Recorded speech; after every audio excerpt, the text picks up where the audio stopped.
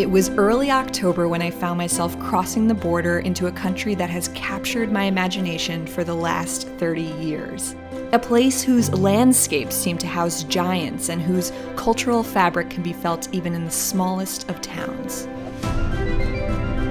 It's a place of significant history, passionate people, and strudel for days. My name's Ashley, and I'll be spending the next week traveling 1,300 kilometers solo across the western half of Austria.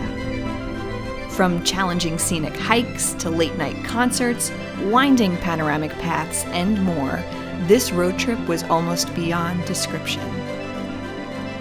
But I will do my best bringing it to life so you can create your very own Austrian adventure. Details and links supporting the entire itinerary can be found in the video description. Please enjoy.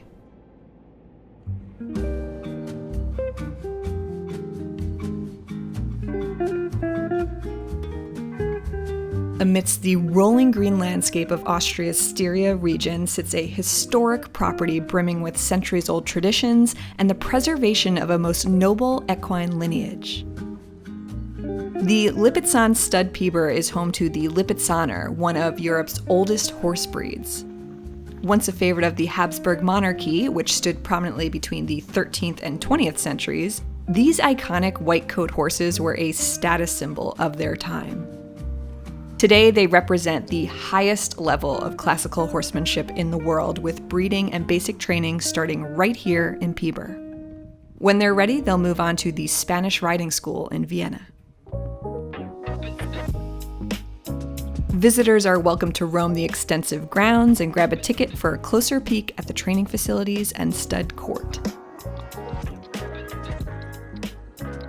On this quiet afternoon, I found the horses to be incredibly playful and active, and sometimes downright silly. To my surprise, I learned that these guys are typically born in a darker shade, usually black, gray, or brown, and become white after several years of shedding. There are some exceptions to the rules, of course. The property had a plethora of exhibits to peruse, and I was drawn to the carriage house, which had a compelling collection of horse-drawn carriages from different time periods, all serving different purposes. Around the corner was the impressive Piber Castle, a Baroque masterpiece, somehow vying for attention in this already beautiful setting. I popped in for a look at the inner courtyard.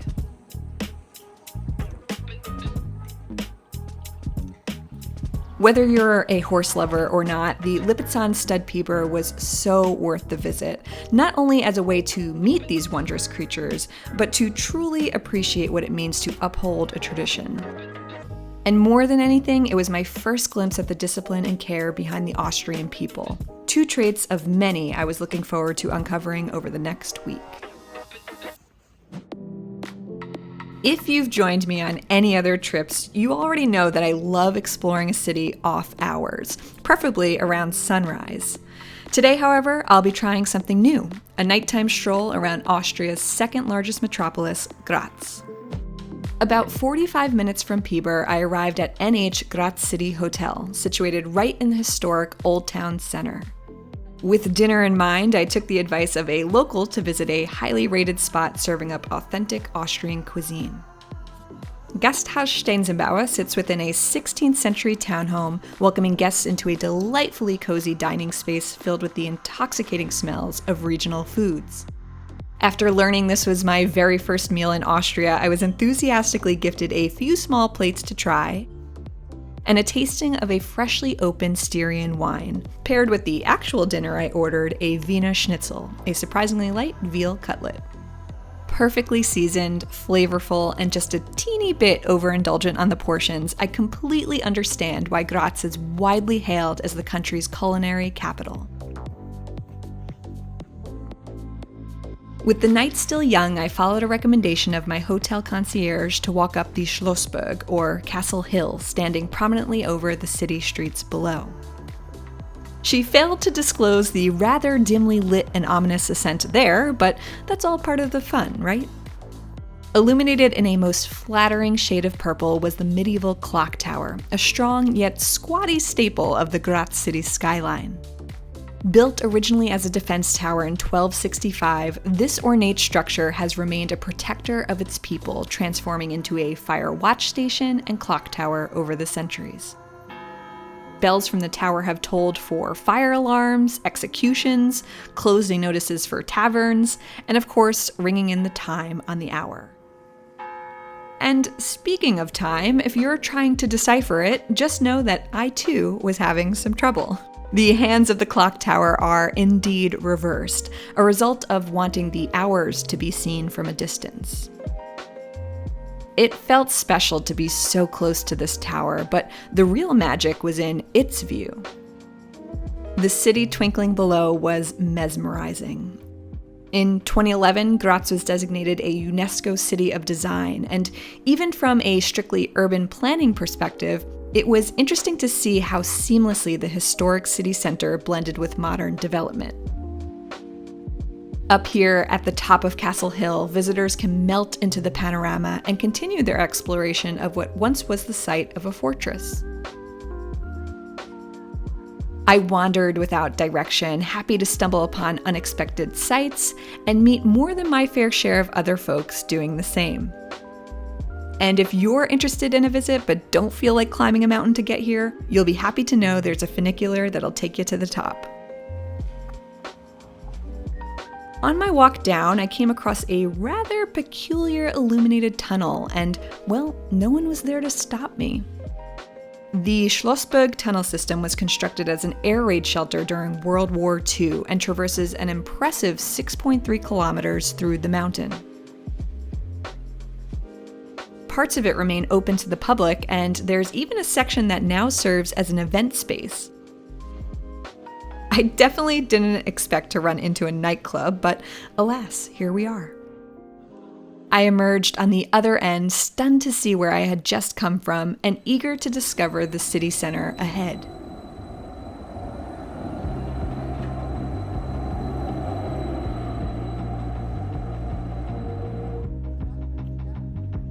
It may not be everyone's cup of tea to explore a place when businesses are closed, but for me, I've always relished in the opportunity to really see a city without the distraction, to take in the architecture, to feel the history, and to observe the details that might otherwise go unnoticed.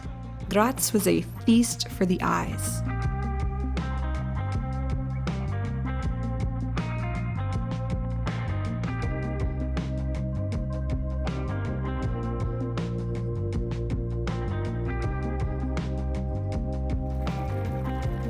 The sheer artistry on display around the city reflects a crossroads of cultures blending harmoniously over the centuries. From Germanic and Mediterranean influences to Renaissance-inspired motifs, it's a city I should have definitely booked more than one night in, and if you can learn from my mistake, that would be my recommendation. Come to Graz and stay for a while. You won't be disappointed.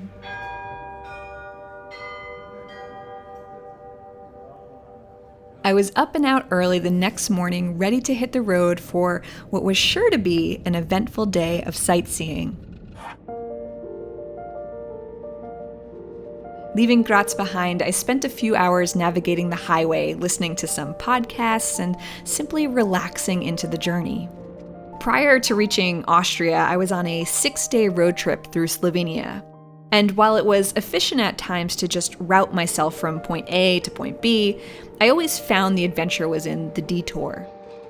If I struck the right balance, then that was a great day on the road.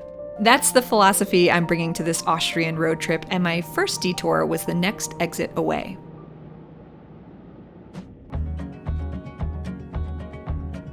I traded in blue skies and open roads for a windy ascent into the mountains.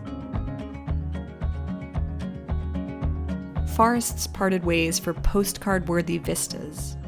And a steep descent unveiled the small town of Admont, housing a mighty big secret. Tucked within the walls of Admont Abbey is the world's largest monastery library. Before I could even begin to comprehend what that might look like, I found myself completely drawn to the property as a whole. Perhaps the beautiful weather was to blame, but my interests kept me outside exploring the gardens and taking in the gorgeous surroundings. Eventually, I made my way into the church for a quiet peek around.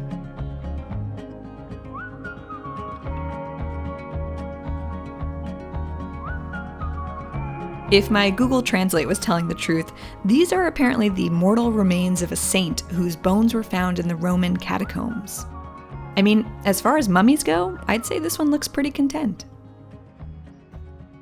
Across the way, I picked up a handheld audio guide and, with the price of admission, explored some of the museums before finally finding the entrance to the library.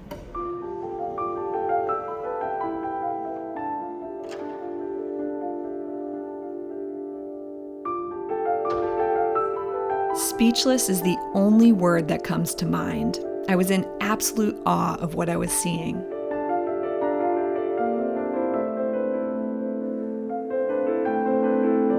Completed in 1776, the Admont Abbey Library is considered to be one of the most impressive creations coming out of the late Baroque period. Roughly 60,000 books are on display here, comprising work from the 16th to 19th centuries.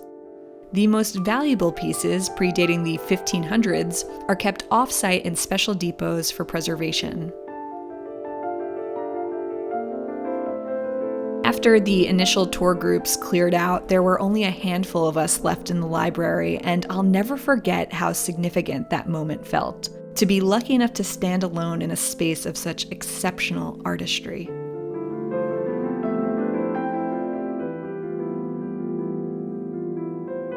If you're adding the Abbey to your itinerary, which you absolutely should, be sure to check out the website for all the latest events and exhibitions on property, including the guided tour times, which I believe they were offering twice a day when I visited.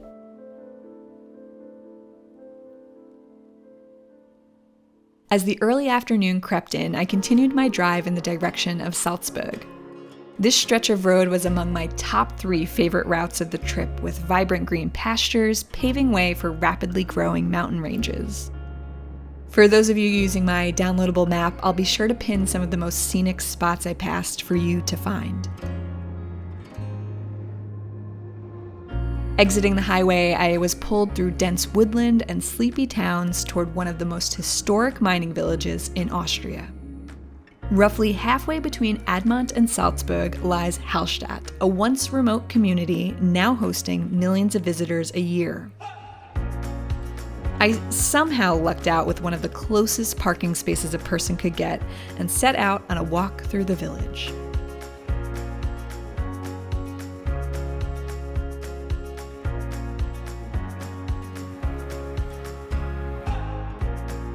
It was the mountain's plentiful salt deposits that initially put Hallstatt on the map, but you'll find its architectural charm and lakeside framing are what keep folks returning time and again.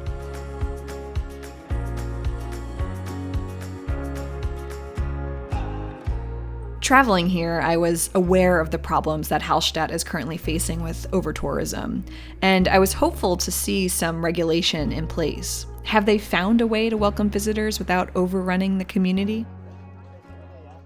The real answer? I don't think so. After spending 30 minutes in town, I felt overwhelmingly sad being there. If you look beyond the obvious beauty, you'll find signs from locals politely asking for respect while throngs of people pose for selfies at their doorstep. It was crowded and noisy, and I can't fathom how its 700 residents feel about the congestion. Not to mention, this was a weekday off-season. Of course, I'd love to tell you to visit Hallstatt. It is a place that deserves to be seen and shared, but it's off-kilter at the moment, and until they find a way to strike a balance, maybe with a reservation system of some sort, I do think there are much more interesting places to visit in Austria. Hot take, I know, but you can always count on me giving my most honest opinion. Within an hour, I was leaving Hallstatt in favor of a destination I had been aching to visit since I was a little kid, Salzburg. And I can't believe I'm saying this, but over the next few nights, I'll be staying in a palace. Just outside Salzburg city center lies Schloss Leopoldskron, a picturesque estate presently basking in the warm glow of sunset. If it looks familiar to you, that may be because this location was used as the Von Trapp family home in the 1965 film The Sound of Music. My love of that movie and production in general led me on a 2-day treasure hunt around Salzburg, uncovering all the Sound of Music filming locations I could find. If you're interested in watching that, I'll leave a link in the description of this video. I had the best time. Built in 1736, the palace originally served as a private family residence, changing hands over the centuries until it landed under the watchful care of Max Reinhardt in 1918. As one of the most influential theater directors of his time, Max brought creativity and an eccentric flair to the property that still defines its character today. I'll be exploring a bit more of that over breakfast tomorrow. For now, it was time to check into my room in the adjacent building and head out to see what the city had to offer.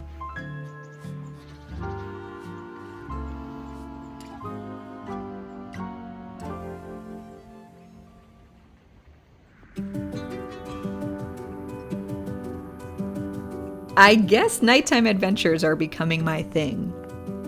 Like a foreboding castle straight out of a fairy tale, Fortress Hohensalzburg is the beacon of the Salzburg skyline. It is intimidating in scale, yet I couldn't help but be pulled in its direction. With origins dating back to the 11th century, Fortress Hohensalzburg is one of the largest intact castle complexes in Europe. Thanks to its strategic position, it has never been attacked or conquered. It was a steep climb, and I honestly did not know where the path would end, but around every corner was an intriguing sight or a curious corridor, and I knew I wanted to see more. Just when I was beginning to think I was the only one at the top, I arrived at an overlook bustling with folks admiring the breathtaking views. It was also here that I noticed a convenient funicular bringing people up. It's okay, I would have chosen to walk anyway. There were still some stairs to climb, and I soon found myself following a sign toward a concert. And before I knew it, I had the very last ticket in hand to attend that evening's Mozart ensemble. With his face plastered on chocolates and judgy eyes following your every move, Wolfgang Amadeus Mozart is the celebrity of Salzburg. Born in 1756, he is widely considered to be one of the greatest composers of all time, and Austrians are honored to share his legacy in his hometown.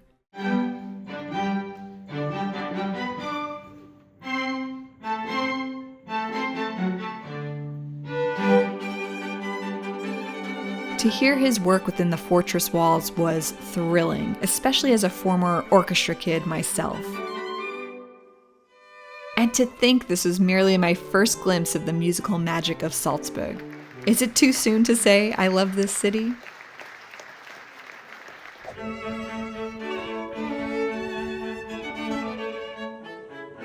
I think I can get used to waking up in a palace, especially if the breakfast buffet looks like this. The setting for my scrambled eggs and sausage was obscenely disproportionate. I knew I should have packed my ball gown. But this ornate decor is all thanks to Max Reinhardt and his penchant for hosting friends, audiences, and theater productions right here in Leopoldskron. I loved wandering room to room, taking in the design of each space.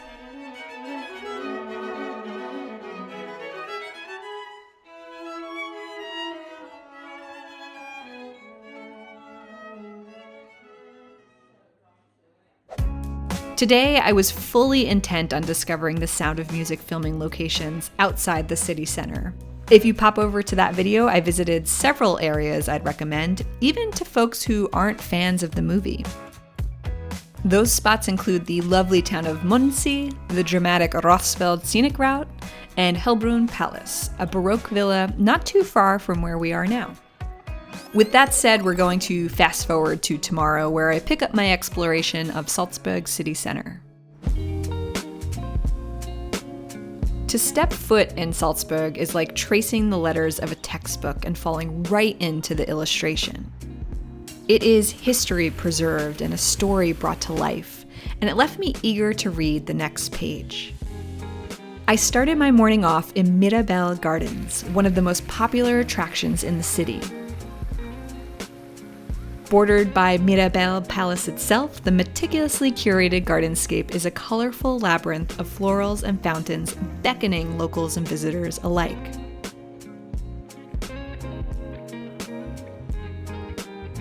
It is effortlessly photogenic and unapologetically quirky. I personally like checking out all the statues and imagining the obscene backstories of their characters.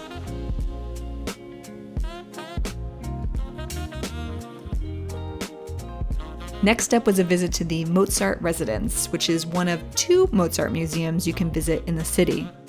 Unfortunately, no photos were allowed inside, but I'd say grabbing a ticket to either attraction should be high on your list. I couldn't believe how close I was to his actual instruments and sheet music.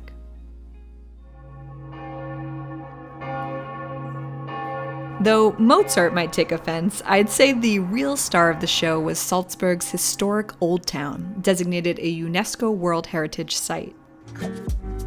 With a unique blend of Northern and Southern European styles, Salzburg's city streets are a time capsule of Baroque and Gothic architecture. I spent nearly the entire day getting lost in it all.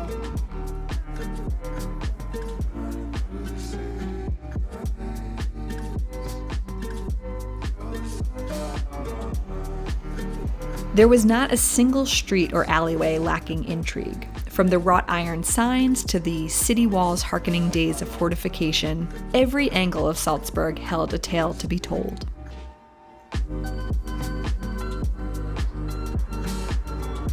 Halfway through the day, I checked into the Radisson Blu Hotel Hallstatt, where I'd be spending my final night in Salzburg.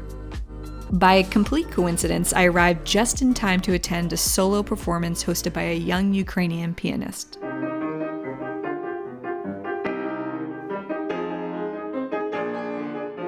Stumbling upon live classical music was quickly becoming the highlight of Salzburg. Afterwards, I ventured out for dinner, hoping to find a decent sit-down restaurant. Instead, I found a tiny takeout window capturing the attention of locals. I knew I had to get in line. The Balkan Grill serves up bosna, a type of hot dog with origins in Bulgaria. Now an Austrian classic, I asked the gentleman behind me which version I should order, and he said number 2 was not only his personal preference, but also the most traditional. Hello. Number 2, please. It was delicious. As a light drizzle moved through the area, I took that as my cue to call it a night, thankful to have had these last few days in and around Salzburg. Tomorrow, I move westward. When I was planning this trip, I was hoping to find some hiking locations that were slightly removed from the main tourist recommendations. It's my way of not only avoiding crowds, but also bringing me to places that feel more authentically grounded. My research led me to Kufstein, or more specifically, Kaisertal, an area of Austria I had never heard of, but seemed to be a favorite among locals. Though the weather was admittedly questionable, there was almost nothing that could convince me to abandon my plans. I was determined to spend the day on a trail. With that, I set out on a 16-kilometer out-and-back hike with the goal of having a bite to eat somewhere up in the mountains. I'm grateful it's not just gravel and they actually built in stairs. But man, these stairs never end. I think I have a long way to go. The route began with a very steep climb, but after about 30 minutes, it became a more manageable, fairly even terrain. To be honest, I did find the trail itself to be rather boring, as I think it was just part of a local forest road. There was nothing technical or interesting about it, which makes it a great option for folks new to hiking. What this trail is great for are the views it affords its visitors, and for that, I am incredibly happy I picked this hike. Behind me, I could look out over Kufstein, affectionately known as the Pearl of Tirol, and ahead I could see the Kaiser Mountains beginning to take shape. I found joy in observing all the little details of the area.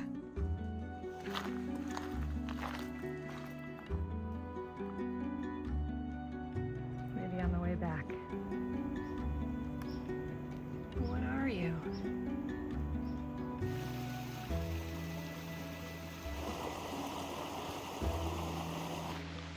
The path continued through the forest and on the edges of the valley with something new to look at around every corner.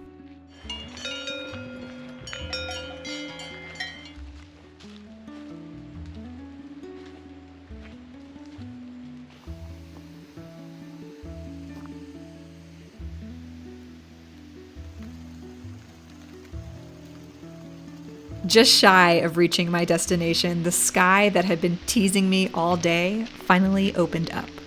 I'm so close to this hut. I'm starting to realize that's my main motivation in the Alps.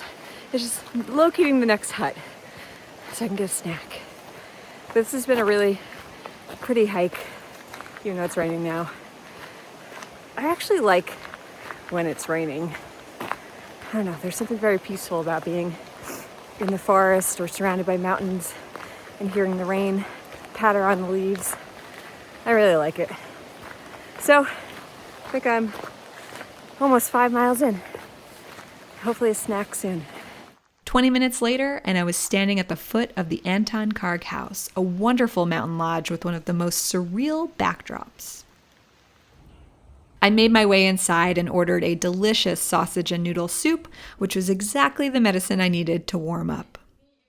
The people running this place were incredibly kind, and I was bummed to have to leave it so soon. Re-energized for my trek back, I geared up and started the walk down. Not to be missed was this sign with a very creepy character and presumably a tale about how it lurks in the forest and slaughters solo female hikers. I don't know. I could be wrong. I had no cell phone reception, so I couldn't translate it. With that fresh in mind, I moved at a slightly quicker pace back to the trailhead. It was this cutie that eventually eased my nerves. And of course, you can never go wrong with a warm cup of tea and strudel, which I enjoyed from one of the mountain huts I happened to pass when I was hiking up here.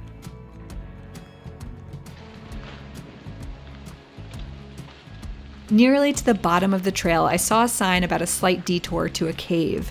Curiosity got the best of me, and I descended a very windy path to a dark and ominous cavern. I found it to be pretty cool and appreciated the signs nearby detailing what was discovered here, but I definitely spooked myself out standing there alone at the entrance.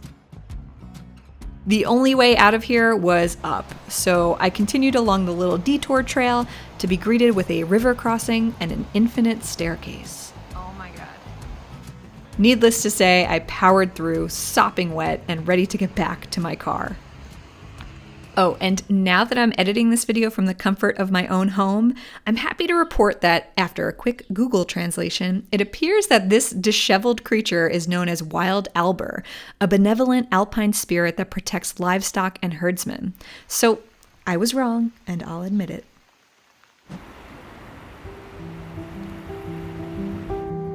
After sleeping in the next morning, I was pleasantly surprised to wake up to sunlight in Innsbruck, Austria's 5th largest city. I booked a room at Hotel München for a few nights and appreciated how close it was to the Hallstatt, or Old Town area. Not to mention the building itself is among that famous row of buildings you see on nearly every postcard of this capital city. Inside, I had a perfectly clean and cozy room, and with the help of my new friend Patrick at the front desk, an itinerary of things to do for the day. My first stop, Nordkette. Known as the top of Innsbruck, Nordkette refers to the dramatic mountain range overlooking the city below.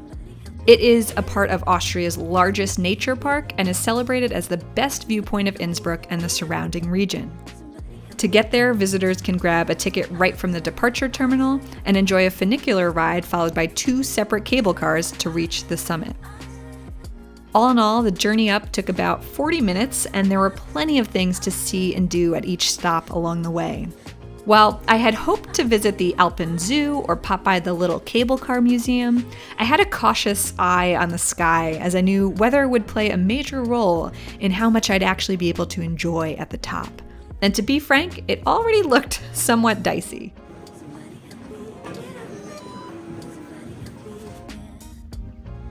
As expected, I reached the top with not a view in sight.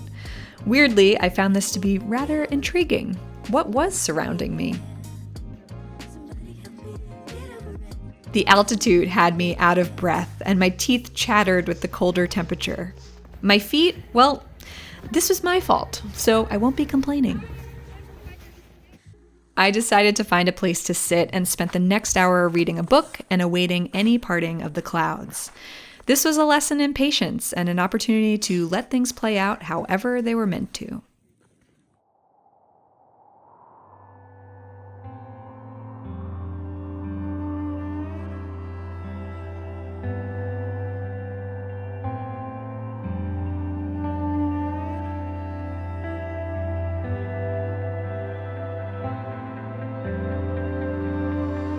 Though it never completely cleared, watching how the weather patterns interacted with the mountaintops was absolutely fascinating, and I suddenly wished I could have taken a field trip here as a kid in science class. What a powerful thing to witness.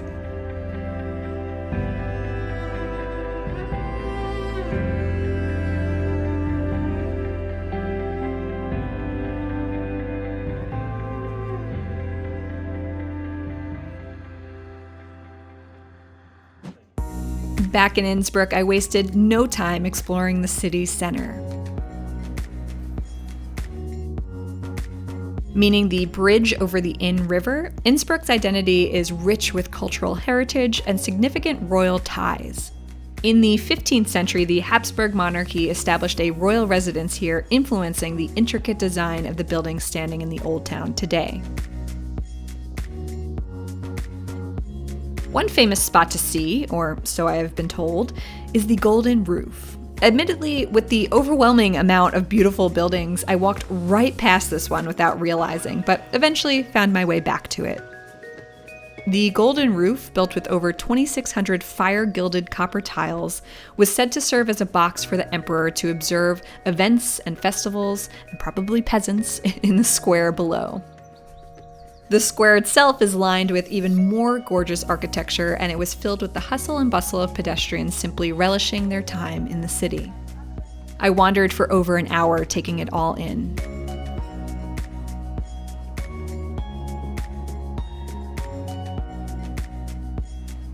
Eventually, I stumbled upon a Tyrolean street food festival, which was popping off with live music and an enthusiastic crowd.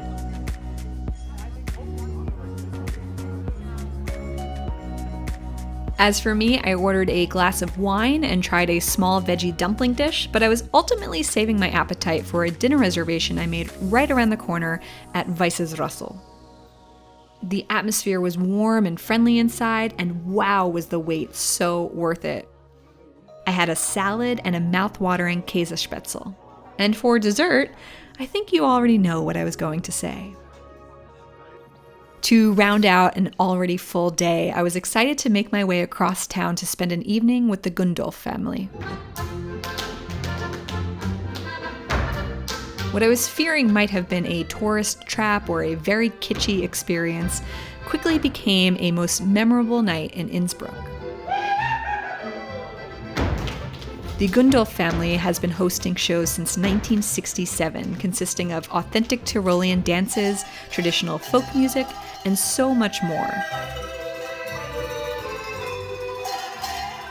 It was evident in the performances that this group of people were particularly passionate about upholding the roots of their culture, and I couldn't help but admire their values.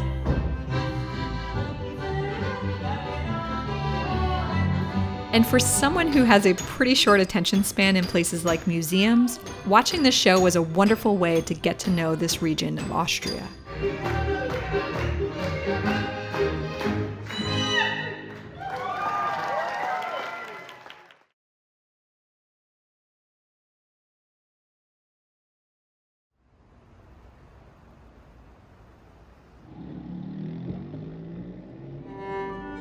One thing you can always count on me for is my willingness to wake up before sunrise with the promise of a good hike.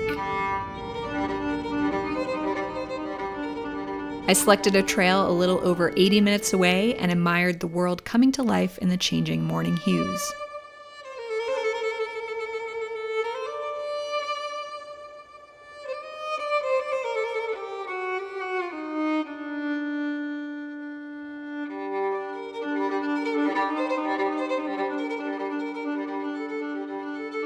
Nestled right along the border in the shadow of Germany's highest mountain, the Zugspitze, today's hike was expected to be difficult. Just under 17 kilometers, ascending nearly 1,000 meters, all at an altitude above 1,800 meters. I like a challenge, and I was sure to be tested along the way.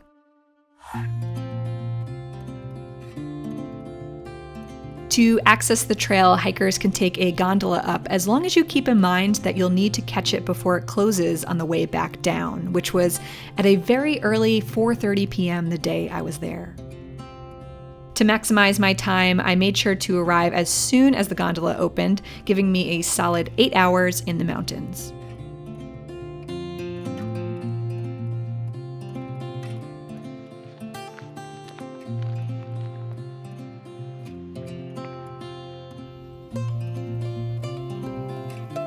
I don't think I could have dreamt up a more tranquil environment. The path lazily made its way through what felt like an enchanted forest, and almost managed to distract me from the increasingly precipitous terrain. Almost.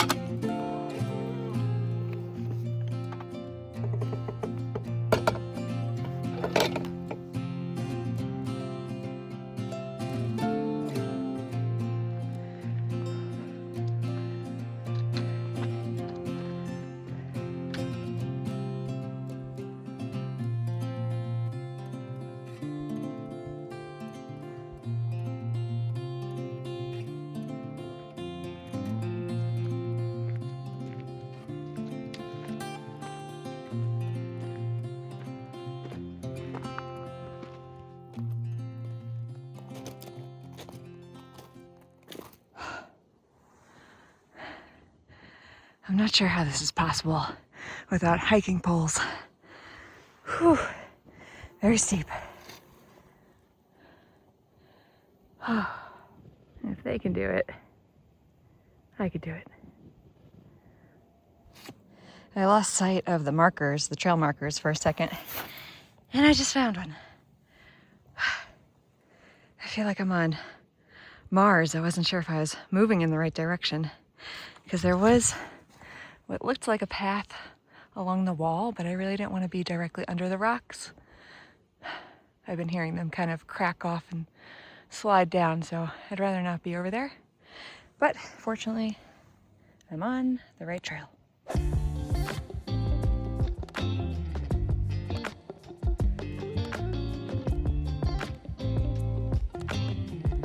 I've been on this trail for about 90 minutes.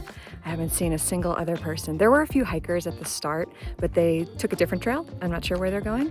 There's a lot of trails around here, but on this one in particular, I'm definitely the first because I'm walking through all the spider webs, but God, is it so beautiful and quiet. I keep stopping just to listen to the nothingness. Oh, as a plane flies overhead, that's about the only noise. That and a tiny little bee. Every time I stop, there's a bee kind of swarming my head.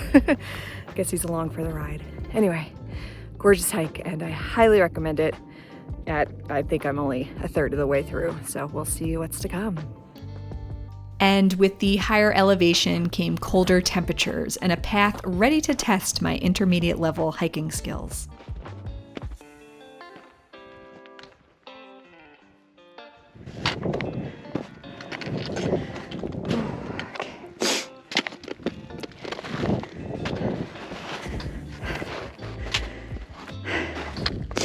Snow is like a foot deep in some of these areas, so I'm trying to be very careful where I step because I don't want to drop into a hole and I don't want to crack my ankle. So, and I don't have spikes either, but these boots are doing okay. My feet are not cold, but but sticking the poles in ahead of me just to make sure I'm stepping on solid ground. Whew.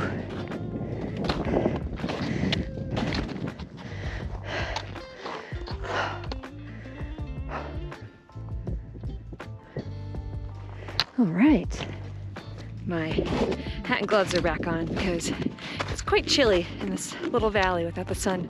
But hopefully it'll be coming over soon or I'll be out of this valley.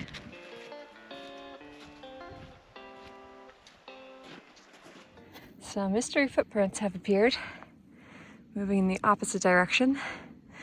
I've passed nobody, so I'm not sure what that's about. Maybe these are left over from a day or two ago, not today. That's the hope.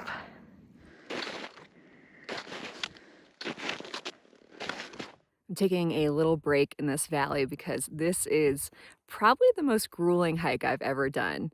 It's 10 miles round trip. This first half is completely uphill. Most of it is in the snow and most of it has been in the shade.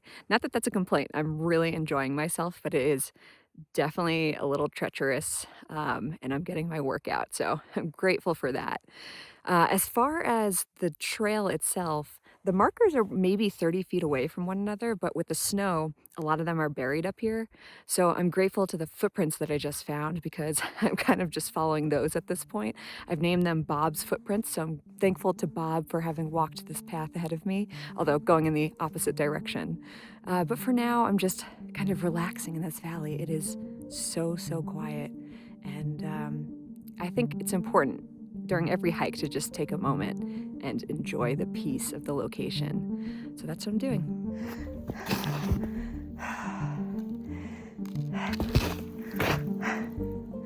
Almost at the top.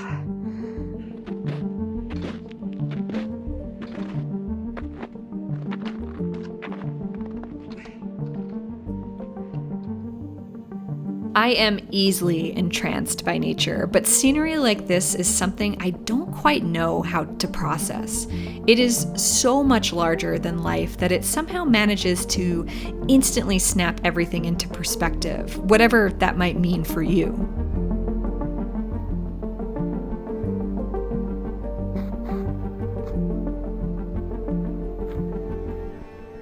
It's both an energy and a scale, and I think people who choose to explore places like this are the ones who gain the deepest sense of introspection. I lost Bob's footprints, but I could see the red trail markers again, so paving my own path. Oh, Jesus.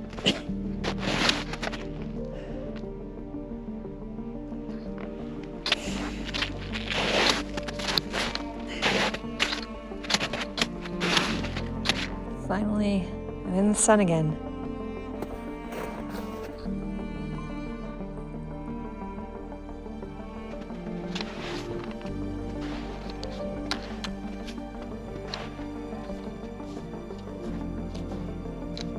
In the distance, I could see the mountain hut signifying the halfway point of the hike.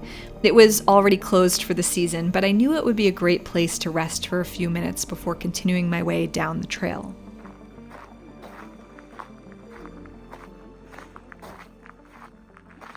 For the first time in hours, there was sign of human life, and I realized that most people spent the day hiking the trail only halfway in the other direction.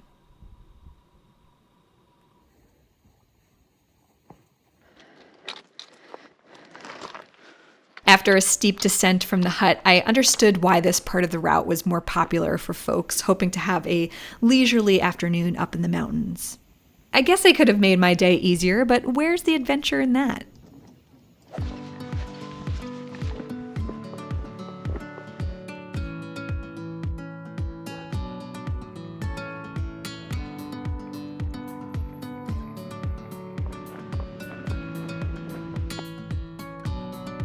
Properly starving by this point, I was so happy to stumble upon another hut that was actually open and ordered myself a Hauswurst, which was super tasty and incredibly filling.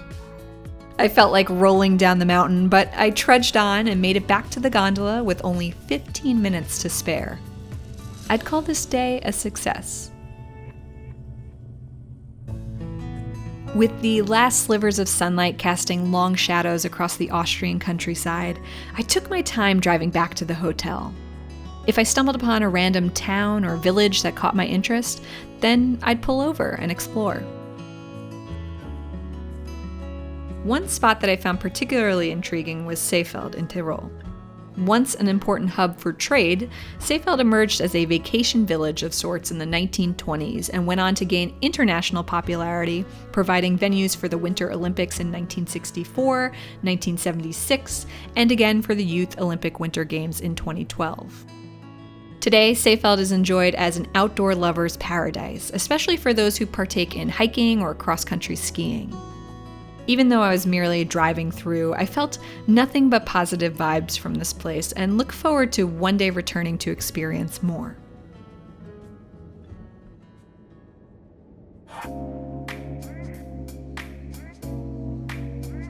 With only 2 more days in Austria, today was set to be a long one as I navigated from Innsbruck to the Grossglockner High Alpine Road. There were 2 places I hoped to see along the way, the first one being Innsbruck's neighbor, Hall in Tirol. Hall's storied history dates back to the 13th century when it emerged as an important center for salt mining. By the 15th century, it became the Mint of Tirol and a key city in the Habsburg Empire.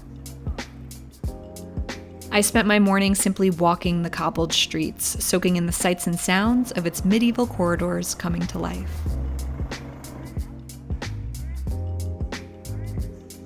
In contrast with Innsbruck, Hall felt like a city people lived in, a working-class city, an intimate city, one where it seemed everyone knew each other and understood the rhythm of the day. I found myself captivated by its character, specifically the details not calling attention to themselves, but visible to those who were curious enough to see. I don't know if this is a thing visitors actively seek out, but the doors of this community really stood out to me. The layered craftsmanship and thoughtful preservation were not only visually enticing, but historically compelling. Following the scent of fresh pastries permeating the air, I stepped into a local bakery emerging with a Linzertorte, an iconic Austrian original creation. If you're hoping to stay outside the busy streets of Innsbruck, I definitely recommend Hall as a great alternative, and truthfully, a destination unto itself and worthy of your time.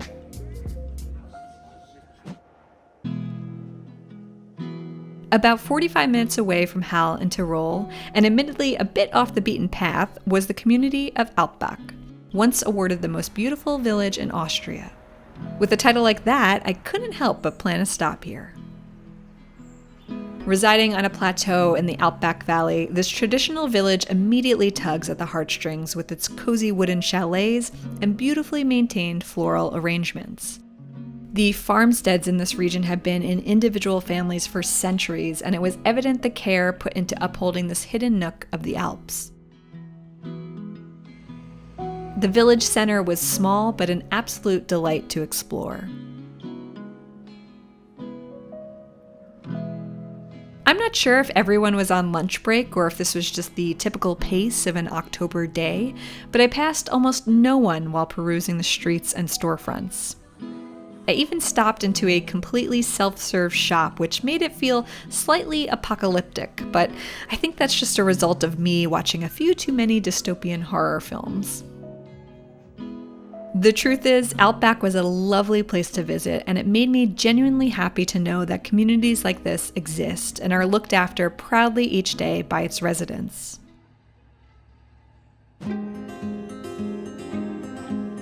The remainder of the afternoon was spent traversing mountains and valleys from the comfort of my car.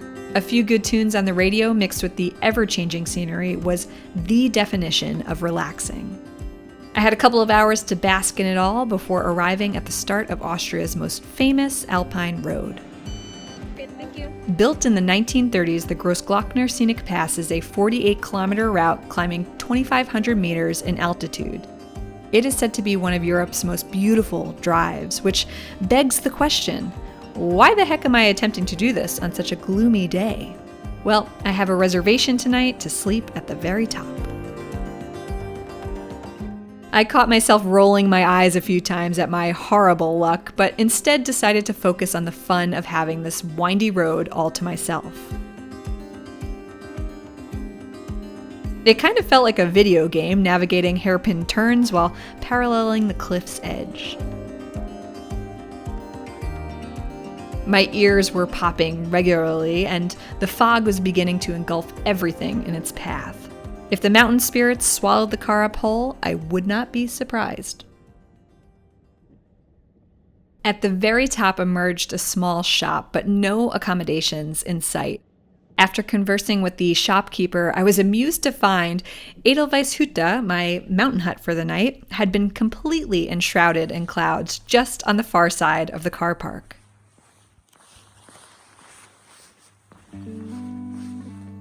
I checked into my room, which was very quaint and clean, if not a little bare. I think I was given one towel and no soap. Thankfully, the heat worked, so for a single night, I'm happy. Across the way was the restaurant, which I was promptly told would be closing early due to the weather. It was also at this moment that I realized I would be the only guest staying here tonight. I ordered a beef goulash and dumpling, and sadly savored my very last apple strudel of the trip. With nothing to see or do, I returned to my room around 6 p.m. and crawled into bed for a quiet evening alone on the mountain. A bit eerie, yes, but if I could just close my eyes and get to sleep, maybe, just maybe, I'll find out where I am in the morning.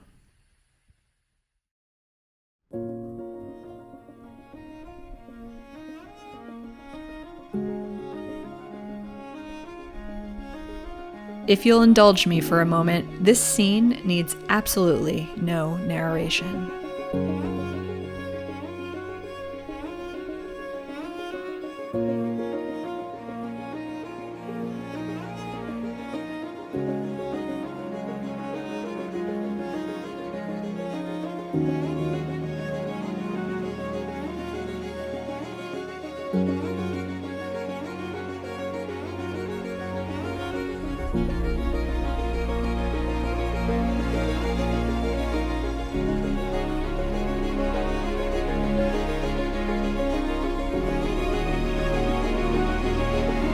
I don't think I've ever experienced a sunrise quite like this.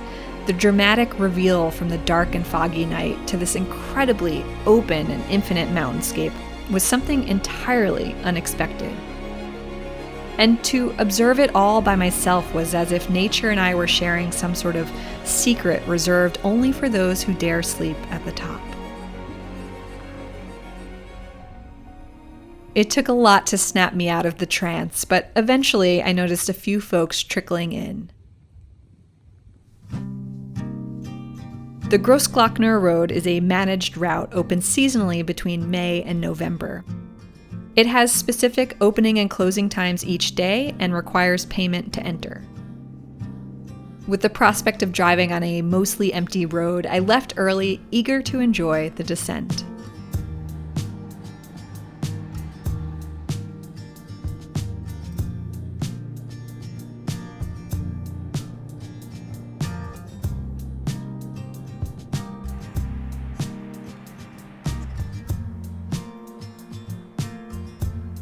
If I had to recommend one drive for you to do when you come to Austria, it would be the route from Edelweisshütte to Lienz. It was stunning and surprising. The landscape changed by the minute, and I found myself stopping more than once just to, I guess, preserve the memory. The truth is, I was biding my time. Lienz would be my final stop before I crossed the border back into Slovenia to catch a flight home. As far as destinations go, though, I couldn't have picked a better place to wrap up the adventure here in Austria.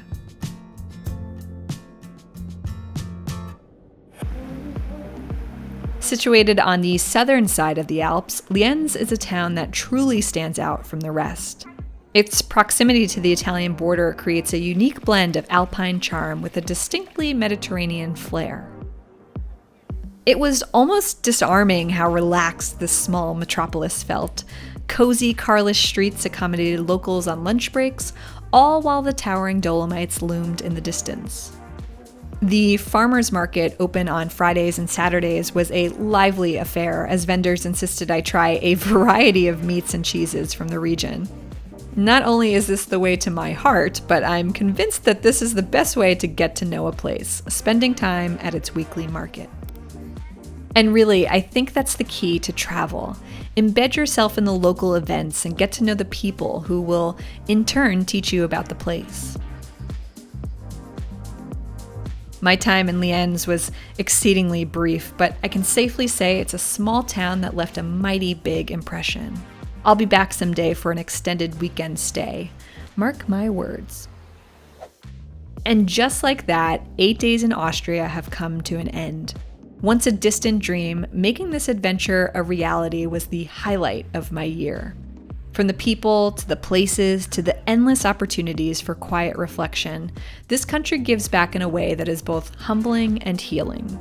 A destination that has truly changed me for the better. If you're curious to follow my custom route, be sure to grab that downloadable map in the description of this video and links to all the places I stayed. Happy travels, and as always, thank you so much for watching.